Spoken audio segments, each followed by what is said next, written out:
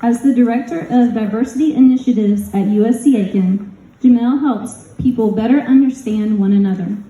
He's passionate about increasing everyone's quality of life or whatever they want their life to look like. Working with students at USCA, he achieves that goal through engagement and education. Outside of work, he attends Second Providence Baptist Church, and he is the Director of Educational Activities for the chapter of Alpha Phi Alpha Fraternity in Aiken. And he does a lot of other things that I also had to trim in my editing abilities. So, ladies and gentlemen, please help me welcome Dr. Jamel Hodges.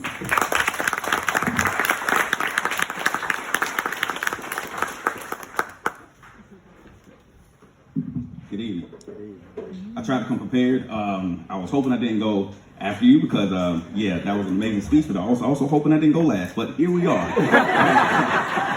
So first off, I would like to thank a couple of people. I would like to thank the Aiken Standard for honoring me tonight and the backdrop for falling over during my speech.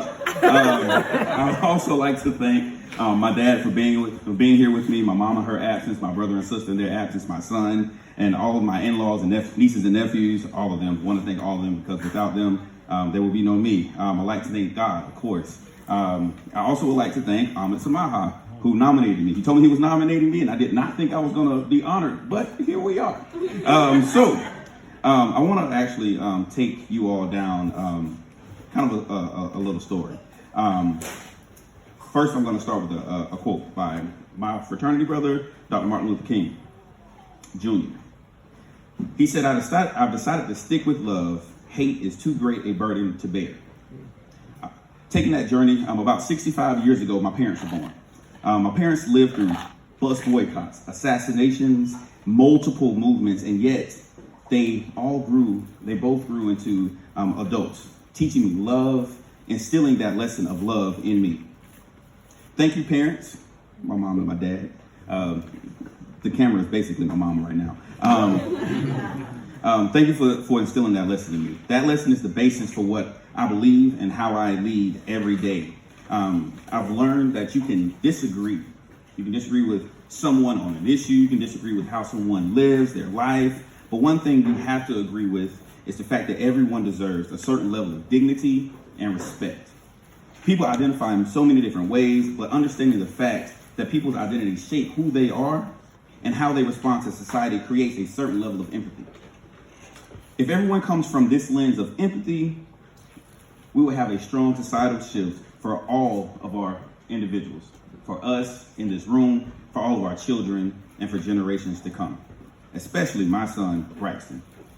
So I would actually like to leave you with one quote from the great poet, philosopher, and lyricist, Kendrick Lamar. Of course. I don't talk about these things if I haven't lived them. And I've hurt people in my life. It's something I have to think about when I sleep at night. But the message that I'm sending to myself right now, I can't change the world unless I change myself first. So that's what I want to leave with you all today. They asked us to give something about encouragement, but I want to encourage each of you to look at yourself, do a little bit of introspective work, and look inside yourself and see who you are, see how you treat people, and then also see if there are things that you need to change, because you cannot change the world unless you change yourself first. Thank you.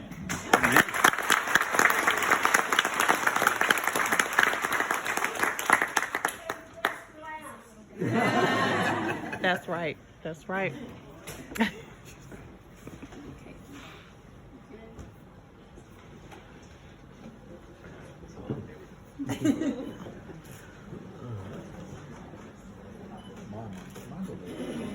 Mine's at office too. Thank you.